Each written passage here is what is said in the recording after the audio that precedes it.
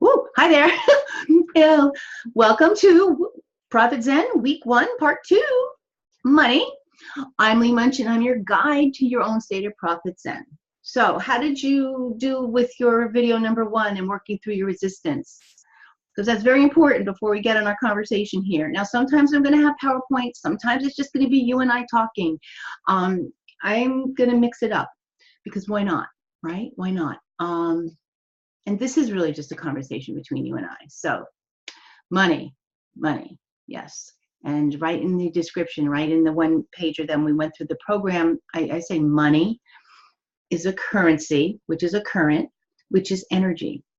And it's an energy and a vibration, just like everything else, right? And as long as we're transacting with money, it's helpful to have more than enough. It makes your life easier, it makes your life simpler, it allows you to grow and do more things, and mostly it allows you to impact more people and make a bigger impact and serve more. And that's what it's all about, right? Right, I think.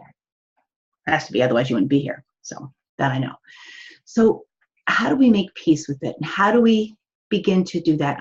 One way I like to really think about it is really as a relationship, just like any other relationship that you have, whether it's your pets, whether it's your spouse, whether it's your kids, whether it's your family, whether it's the guy in the street, but an important relationship, a relationship that any of the relationships that you cherish and that you love.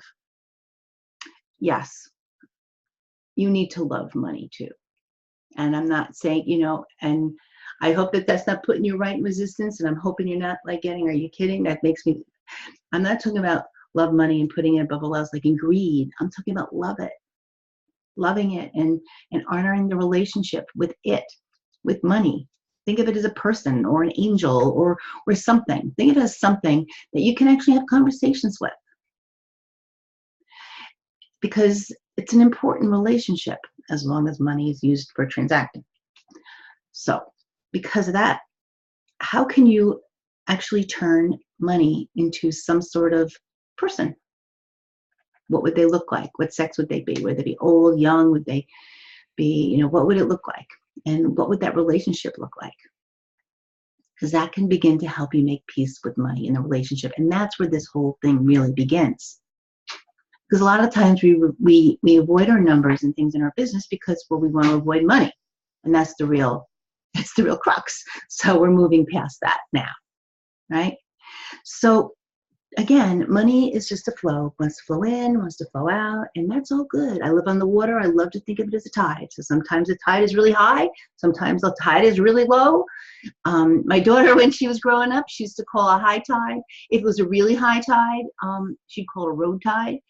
And if it was a really low tide, because it comes and goes over the road, and it was a really low tide, she'd call it a boat tide, because some of the boats would be actually on sand and on bottom. So, and generally there's a rhythm. It comes in, it comes out twice a day, right? Like clockwork. And because of that, and that's why I do have my little prosperity jar. Look, I even have lottery tickets in here as well. But I have all sorts of things in here. But this is a dynamic, living, breathing, dare I say, prosperity jar where the money goes in, and then the cash. Any cash that I put in ultimately comes out, so that I can create the vacuum, so I can have more come in. Right? You have to let it go so more can come in. I used to think that I used to have a prosperity jar and everything used to get stuck in there and stuck, and would just keep it in there. It was like almost like hoarding it.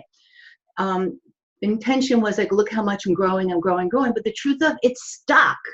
If it's not going to be able to go, so that's stuck, and that's what you're intending, then everything else is going to get stuck, right? That we focus on comes about. So now the cash comes in and out. Now I do have some fun checks in there that have been put in the bank, and because now we, you can direct, with your phones, right? You can direct deposit them, and that they can stay there.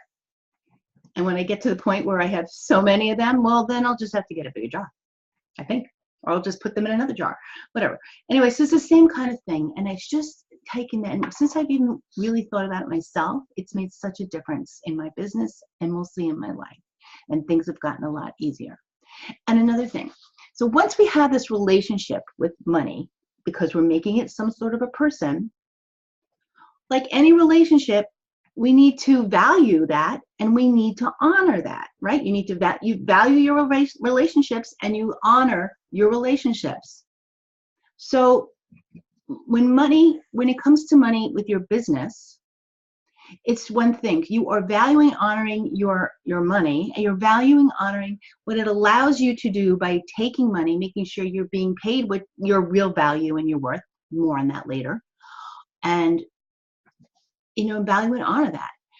When people give you money because you provide a service for them and they pay you a good value, what your value is, you're valuing, honoring a lot of things. Number one, you're valuing and honoring your client, your customer, your patient, whatever you call them. You're honoring that person who's giving you the money, right? You're honoring them because you're serving them and you're helping them and you're giving them value and you're giving them honor. And because of that, that's how it works. So you're honoring that person. Secondly, you're honoring your business so your business can continue to be and grow. Thirdly, you're honoring yourself. And finally, and maybe most importantly to me anyway, you're honoring God, source, spirit, universe, whatever, the dude, whatever you call that higher power. It's how you're honoring, because you have been given these gifts and you're using your gifts. And it's your passion and your service and your gifts.